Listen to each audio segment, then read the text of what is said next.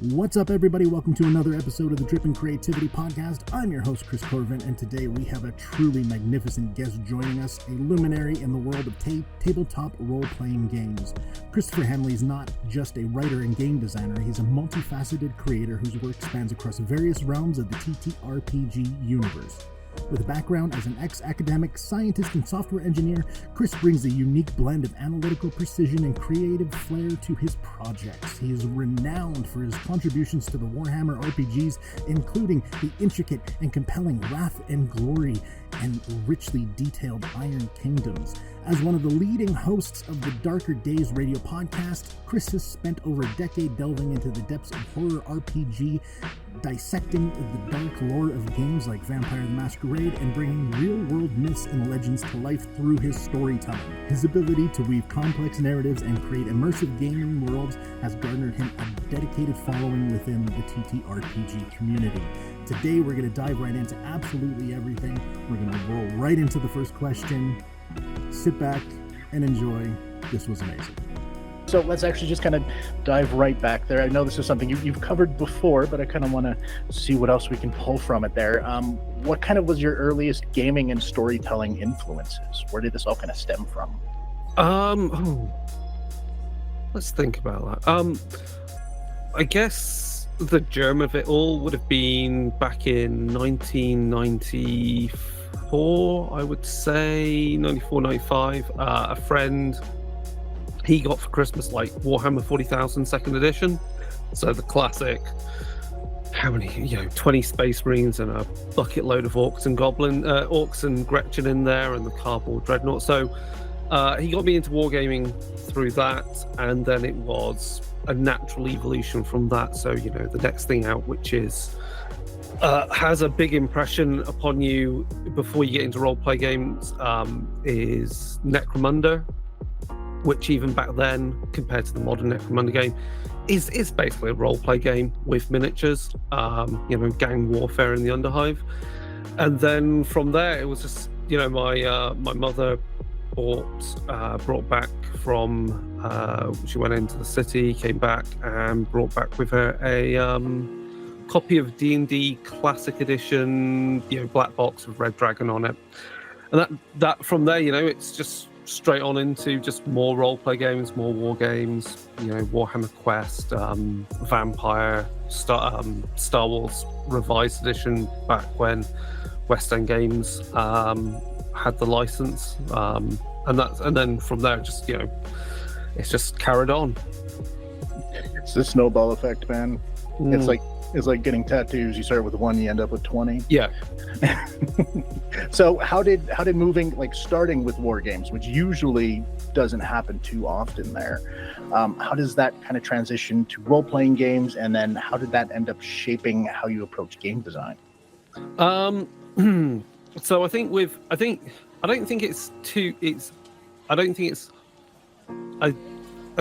if you get into role-play games or you get into war games, there's always going to be that point where you'll cross over into the other hobby, because they're so intrinsically related, given the history of D&D coming from essentially war games. And so I think with wargaming, you're initially, you're dragged in, especially for like Warhammer 40,000 Games Workshop stuff. You're dragged into the setting and you're trying to tell. Well, initially there is the game element of it, and there's these cool miniatures that depict these worlds. But then you're trying to get into more of the lore and trying to think like campaign play, and can this game be more about the narrative, about what is this battle about? And then you start stringing these battles together. You may start creating characters for your leaders. That's a bit difficult when you had a Tyranid army like I did, but you still get into the mindset of where's this Tyranid fleet from? Why is it different to another one? And so I think that kind of idea of how to string sections together to create a grand narrative and go, this is very game-mistic, because that's what war games are. They're kind of simulationists in that sense, but trying to take those moments and tie them all together to create that narrative, to create that campaign, that ongoing story, is kind of what you go for. And then Necromunda obviously takes that whole idea, and then that is the framework from which you then start having multiplayer campaigns. Everyone's got their own gang. Enmities occur between different gang members, and you then have, because they brought into it in the Outlanders expansion, the idea of an arbitrator, so someone that controls the campaign, who's basically a games master, and who can inject really heavily narrative-driven scenarios. So you're like, oh, we'll have this gunfight occur between your two gangs, or this raid is on a particular settlement. And I think that fits into roleplay games because because I think sometimes roleplay games, especially with like, I feel this way with D&D at least specifically, can get people get bogged down in the minutiae of like the combats, and they can go on for ages. And when you come from a wargaming background, you're like, yeah, that's great for a war game when I want to sit down and like move lots of models around for like 2 hours.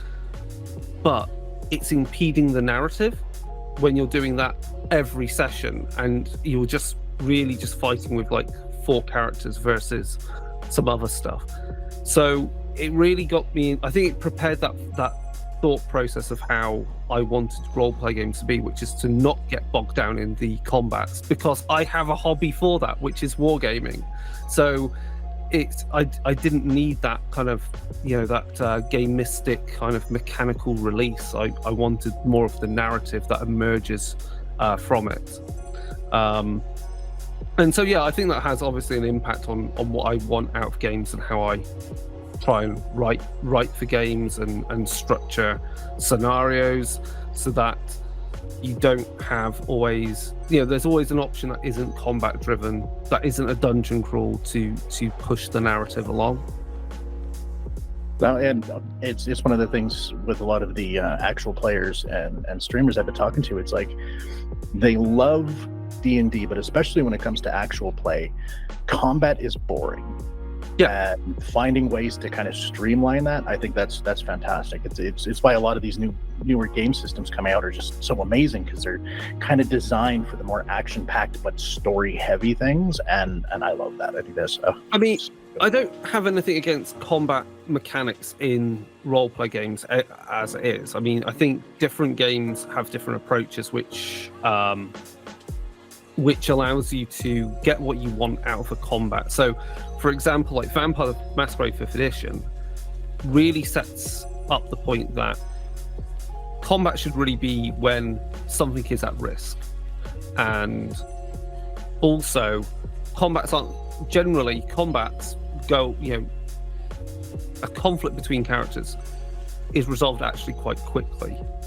And the idea is that you should be able to play it out, roll the dice for about, maybe 3 to 5 rounds, and that will resolve most of what you need before one side or the other decides to run away or give up and, turn themselves over.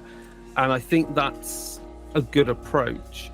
And then similarly, you then get into, well, how mechanically or strategic combat do you want to go?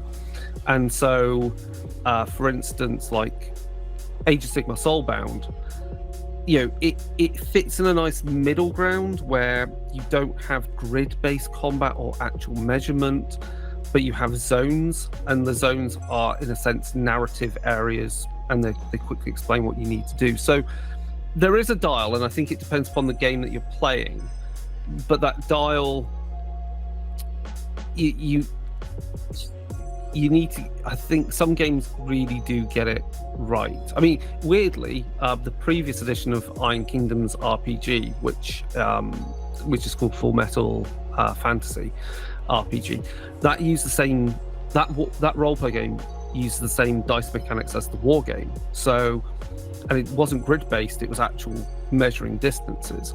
And weirdly, that is really, really fast, because there aren't too many, so much stuff runs off the same system, and everything uses the same dice. So it's very easy to go, more dice is better, not quibbling about 2d6 versus 3d4. Some people just don't have the brain space to kind of work that out quickly. And that's, I think that's where D&D gets things kind of like, its focus feels off in what it's trying to do. And I've said this elsewhere, like the D&D, I don't know what, this may be different with the new edition, with the new books, but the current D&D rule books really annoy me a little bit, because they don't know whether they're explaining to you rules mechanically or rules in a narrative way, and so they kind of muddle the language. And I'm quite specific in what I want to do. I think that also comes from a science background. It's like, things are keyworded. If this is a rule, it is written in a very concise, to the point way, and then if you're going to explain it in a narrative way, you do that after, and you try and you put the fluff around it. But yeah, I think that should give people some insight into how I like to write rules and approach rule books and how they're written. Completely. And I think that actually kind of touches on a lot of things for the next question, which is at what point, because again, with the science and everything else that you've done throughout the years there, was there a specific pivotal moment that kind of shifted your career path into the horror RPGs and all these other games that you're designing? So essentially, like, it would be, I mean, in a nutshell, it would be joining Dark Days Radio. So at that point, Dark Days Radio had been going for like about a year, and then there was a changeover of hosts because there were discussions, and some people didn't want to carry on the podcast. Other people did. My co-host Mike joined Dark Days and was carrying on.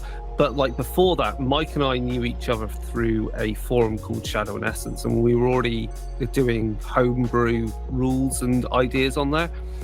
And so the podcast is a vehicle, is a vessel for those ideas, and to go, hey, there's this horror concept, there's this myth or something we've seen in a film. How do we use the rules of this game to take that idea and inject it into your own games? And so we come up with ways of doing that. And then along that pathway, we did our own PDFs that we just gave out for free. We just wrote up some ideas, and of course, along that way, that's what gets you noticed by companies and people. So that's how I got noticed by Red Brick at the time, and so that got me into doing the Noble Armada war game, which is based on the Fading Suns RPG.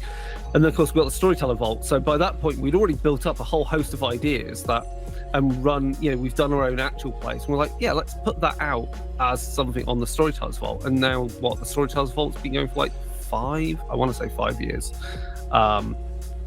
And that allows you a nice way of publishing them, and also having a portfolio of work for people to look at. So yeah, that's the root of it all. And so yeah, the podcast has been the key to that, and I think that's true for all the hosts of the podcast. So a number of us are involved in RPG writing. So there's David, who does a lot for like doing self-publishing stuff for Vazen, and has worked on Wrath and Glory as well and other RPGs. Crystal Mazer joined us, who had previously written stuff for Onyx Path on some of their games, and so again for her it's a good way of making yourself present in the industry. Because it's different now. It's even bigger now, and there's many other routes for people to get themselves known. Like making your own podcast is so much easier now. Having your own stream is easier. Having your own YouTube channel, and publishing. You can go through Itch.io or whatever you want to do. It's a lot easier than it was, say, 10 years ago. Yeah, no, that's there's been a nice boom, and then with the boom comes and oversaturation sometimes. There's just a lot of places.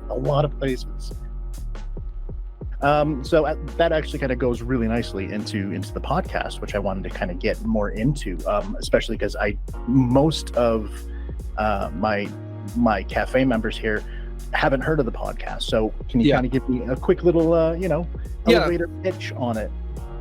So Dark Days Radio is mainly a horror RPG podcast. We are pivoting more away from World of Darkness and Chronicles of Darkness, but we've got good 10 years worth of content that looks at that.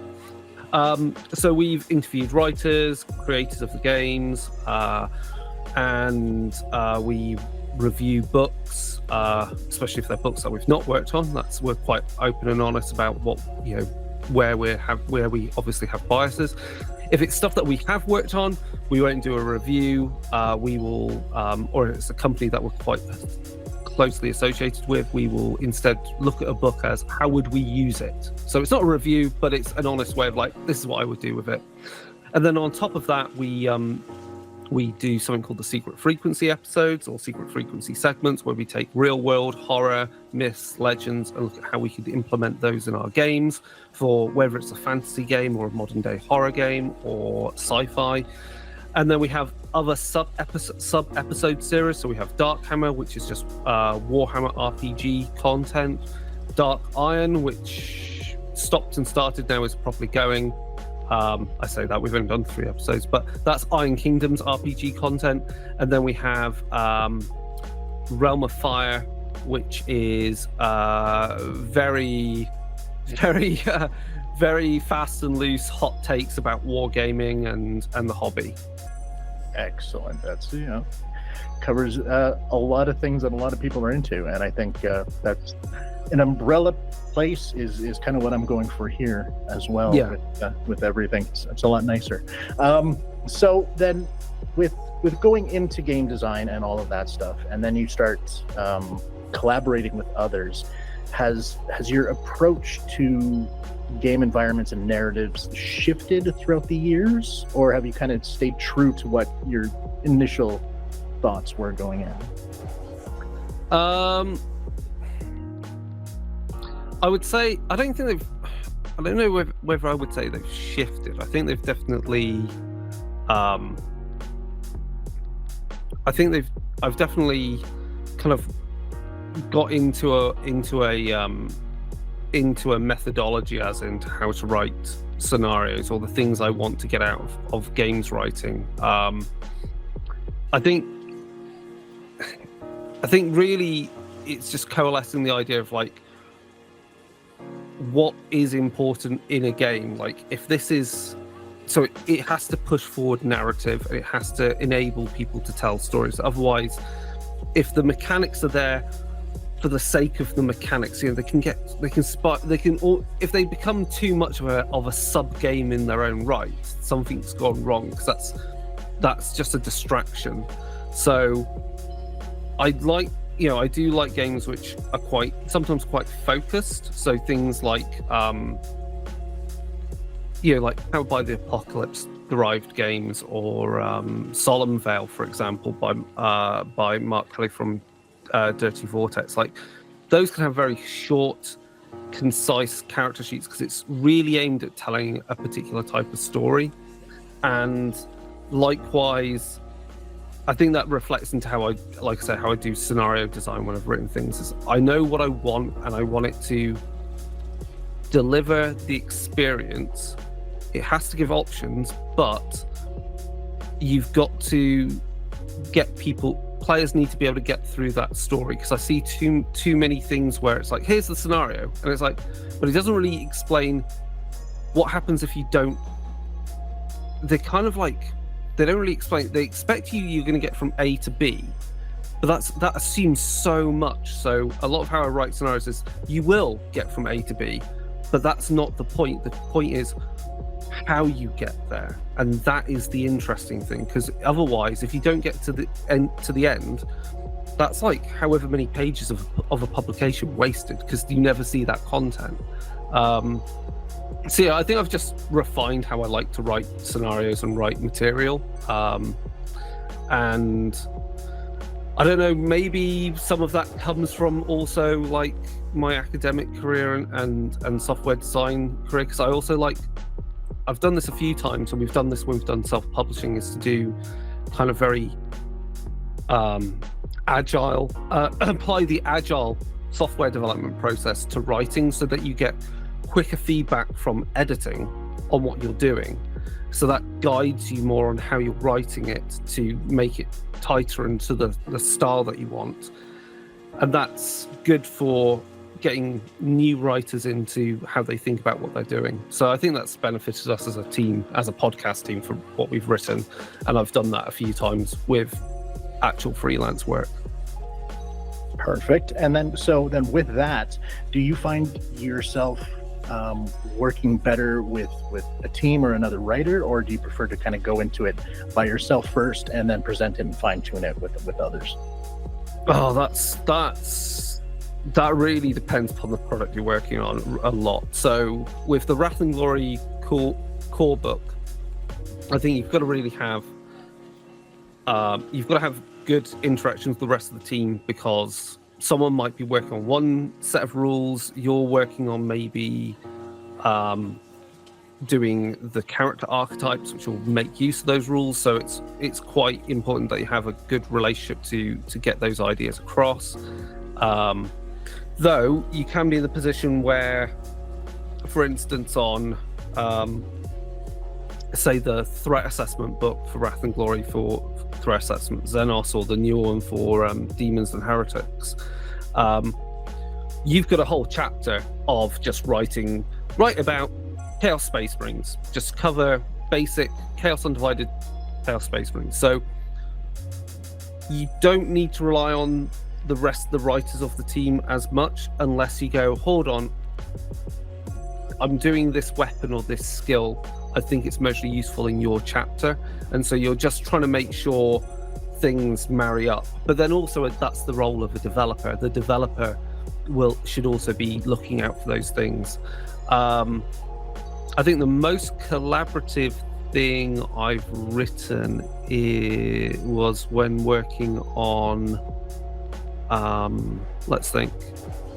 I think it's mainly been for Warhammer Fantasy, and the two cases are the two things I've done for that so far is the Horned Rat, which is a expansive campaign book.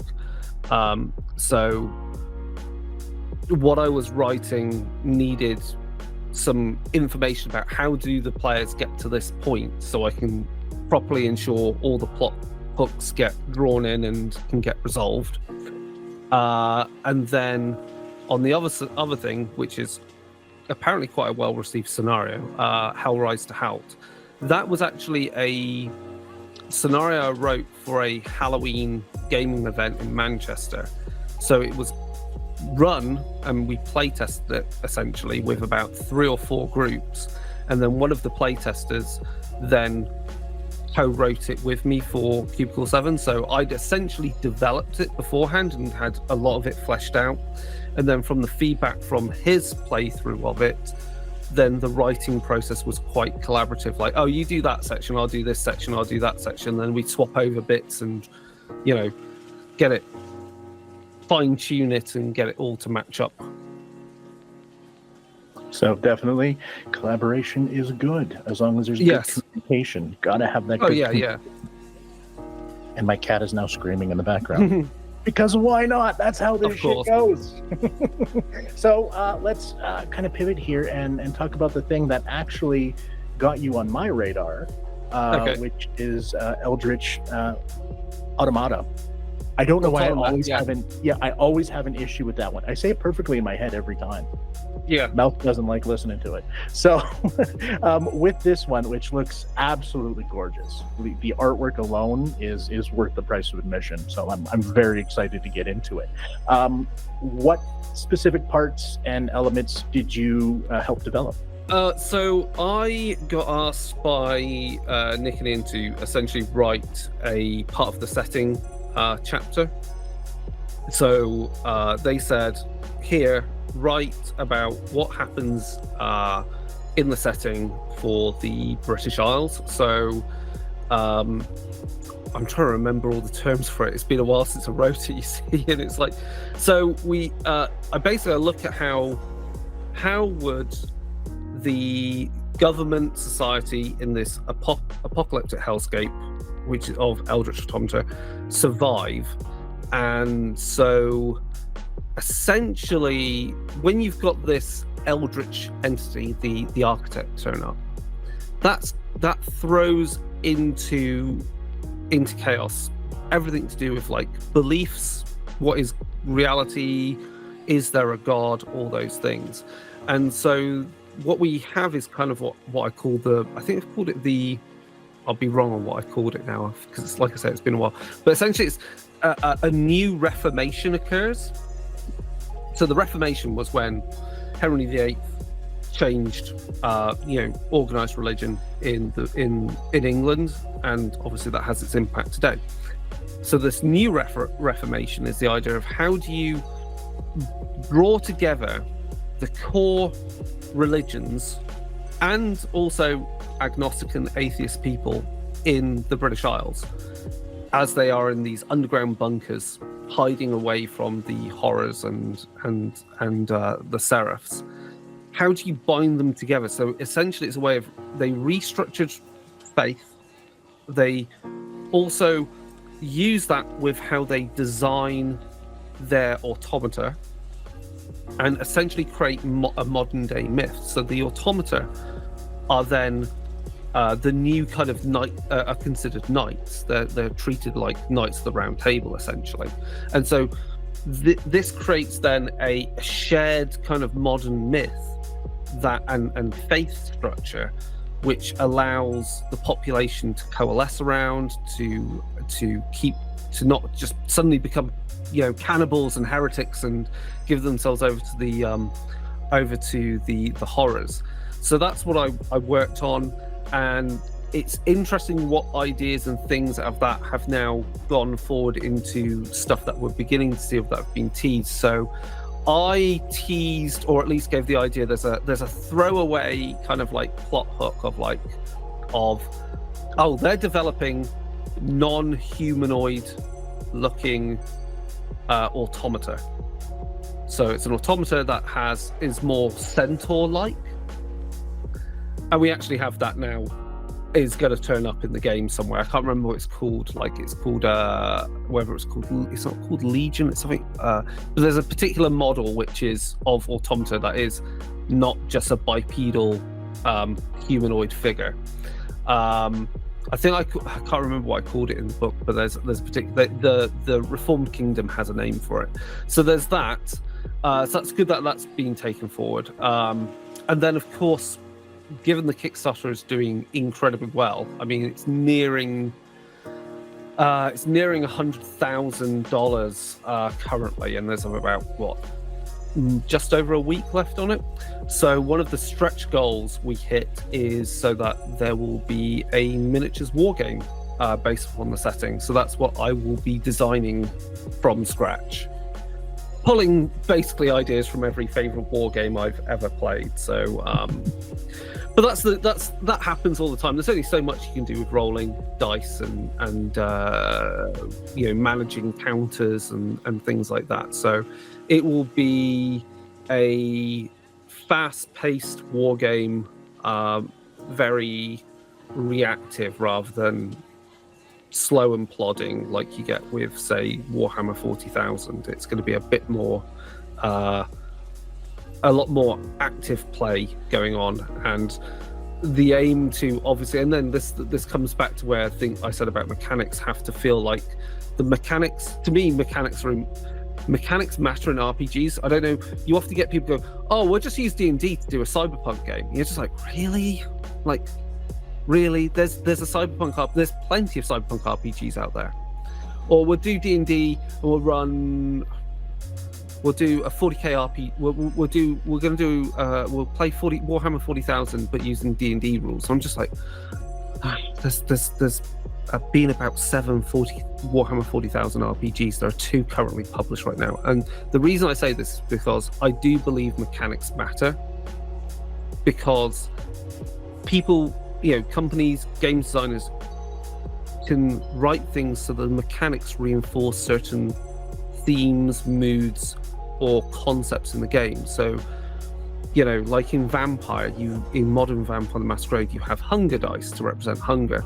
So again, that's something that's important to me with designing this, will be important for designing this war game, is that the mechanics help emphasize the type of action we are trying to simulate. You know, when you look at the mecha animes of like Evangelion, of course, or Gundam or Escaflowne, any of those, it needs to feel like these aren't plodding titans, they aren't plodding mech warrior mechs, these are fast moving mecha, you know. It is going to be exciting as hell. I'm very, very excited for all of that. So when you're developing all of this stuff, aside from the other tabletop games and the war games that you've played, what other sorts of inspiration, themes, film, where do you pull a lot of your stuff from? Well, obviously I read, my wife and I are massive horror film fans, so we watch loads of horror films. Even the really shit ones we'll watch, and you gotta do it all, man. And you can extract ideas from those. And then obviously reading enough like history, mythology, urban legends, things like that.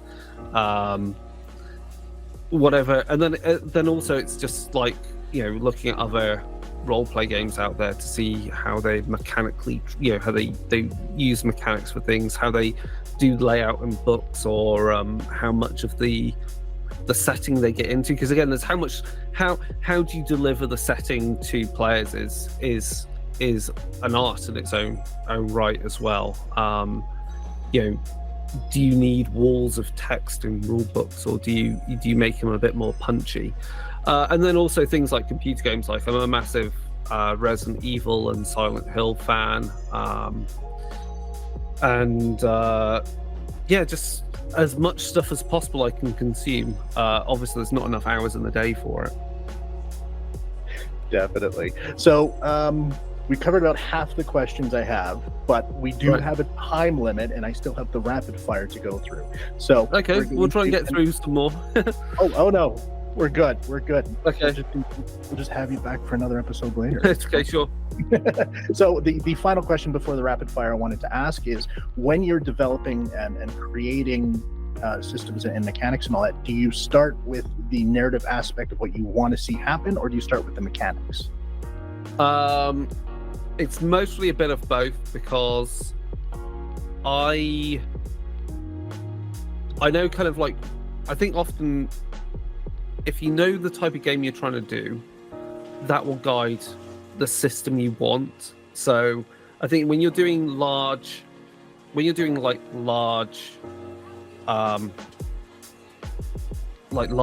call large scale war games, that's where you've got hordes of miniatures. Essentially every combat wants to be resolved on you roll one die for every single thing that you're doing, and you don't want to quibble too much, like a 6, you know, so a d6 does enough, and you don't want to roll too often. You want to get through and churn through the models and everything, and do well with that. When you've got a lower model count, I quite like, and this also reflects into like, you see what RPGs I like dice pools. I like either having a number of d6s or d10s, or if you're not doing that, at least having 2 of them. So, or at least that's your base, 2 or 3. So again, like Modern Age and Fantasy Age uses 3. That's because they create nice bell curves. The game is then not swingy, and players can immediately go, adding an extra die to my die pool is good, or losing them is bad, or shifting the target number. So you go, okay, I was rolling 3d6 and the dice needed to be a 4 or more. It's now harder because it's hitting a 5 or more. And I think having dice pools in that allows you quite a lot of scope on what you do, because you could, and you see this in Age of Sigmar Soulbound. So in that, I really love it. It's what Cubicle 7 now call the C7D6 system. So they've used it in the Laundry Files RPG as well, which recently was on Kickstarter. So what you have is you have your attribute, so that's some dice. You have your skill that has some dice, what would they call training. And then you have your focus, which is a number of points that you can spend to promote the pip value on the D6. So you could turn a 5 into a 6, or you could turn a 4 into a 6 if you've got 2 points in it. And I love that because it represents how focus means you can guarantee some successes, but training is about your potential to get lots of successes. And I like that, those two dials, and so hence why that with dice pools is really cool. So that's kind of, with war game design, that's where I kind of begin and then go, right, okay, then I'll start looking at how you can use that kind of core system of like, what scope does it give you in what you can do. Perfect. That was beautifully put. All right, so we are now going to roll right into the rapid fire questions, which generally never becomes rapid fire because people enjoy talking about it. So it's great. We're going to start off with the Desert Island one. You only get one game system to play for the rest of your life. What are you picking? One game system to play for the rest of my life. I'm going to look at the things on my shelf. Let's, because it's easy enough. I'll go with Vampire the Masquerade 5th edition, the core system in that I can manipulate into any horror RPG that I want. Solid choice. I dig that. Do you have an epic failure in a game that just sticks with you to this day? Epic failure that sticks with me to this day. Let's think.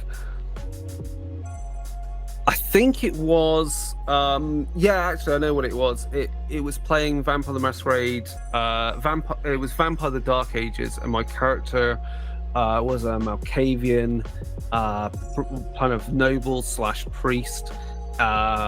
Essentially lost his mind when confronting some very awful gangrel witches, fled from them, and then as he was fleeing, he got landed upon by one of them who'd shapeshifted into a crow, if I remember. They shapeshifted back, pinned him down, and then he went even more crazy, won the combat, and diablerized them. So it was a weird that was a bad fail. My character was leaving the rest of the gang behind, and then turned it into a massive win, but also is really bad because it made interactions with other vampire nobles in future troublesome when you've got your black veins in your aura. That's a fantastic roller coaster of events that just leaves you going, oh shit. Yeah. That's awesome. If not including the ones that you've currently developed or written for, is there a game system out there that you want to write for? Let's think. Trying to think of all the game systems I've written, all the games I've got on my shelf that I've done. Let's think.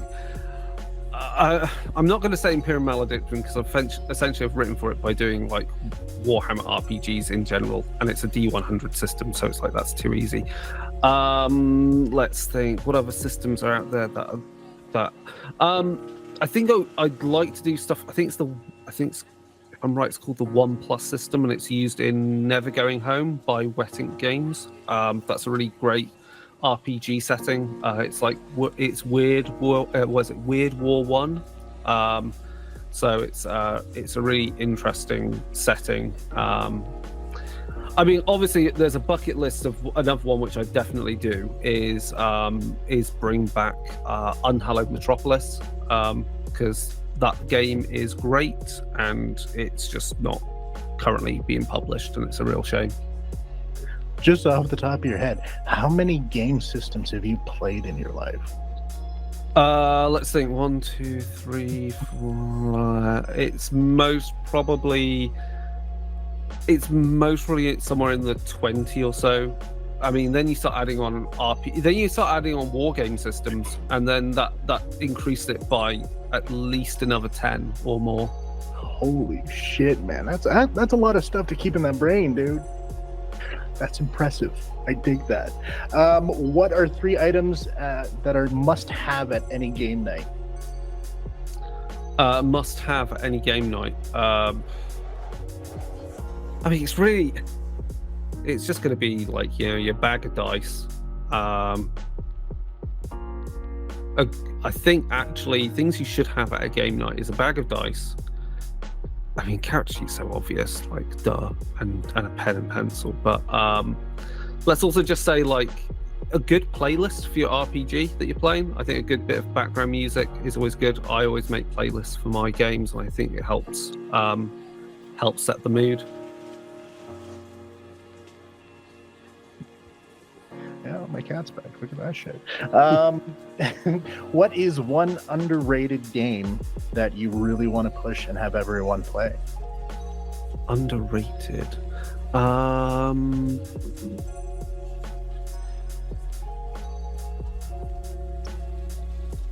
me think on that one. Underrated RPG. Let's go with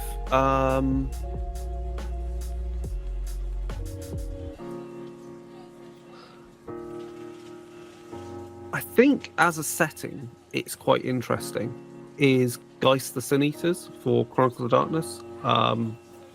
Just because it's a very, I think it's got a really interesting approach to both your character origins as Sin Eaters, who have basically died and come back with essentially this ghostly type soul that's attached to them, and its approach and ideas to how your characters collectively are creating a modern death cult, and it's just got some really interesting questions and ideas to answer in it. Nice. Let's see here. Do you have any character that you've ever played that you really want to bring back for something? Well, first of all, that seems I've played lots of games when I'm instead the perpetual games master, so that's that reduces my roster of characters a lot. NPC as well. We can turn those into a playable character, man. Come on. Let's think. I mean, really, I'll say because I have hinted at the character in stuff in my self-published stuff for Vampire, and thus slightly for Vampire 5th edition is my Vampire the Dark Ages character. So Gregoire Morangias.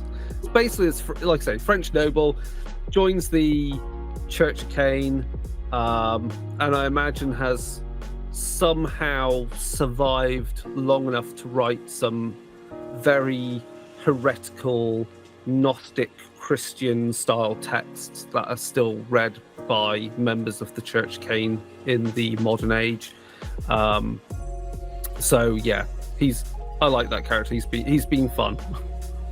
If there was one campaign, book, system, whatever, that you wish you wrote, which one would it be? Campaign. I know that I would have wrote, that I would have worked on. So it's out there, and I wish I would have worked on it. Yes.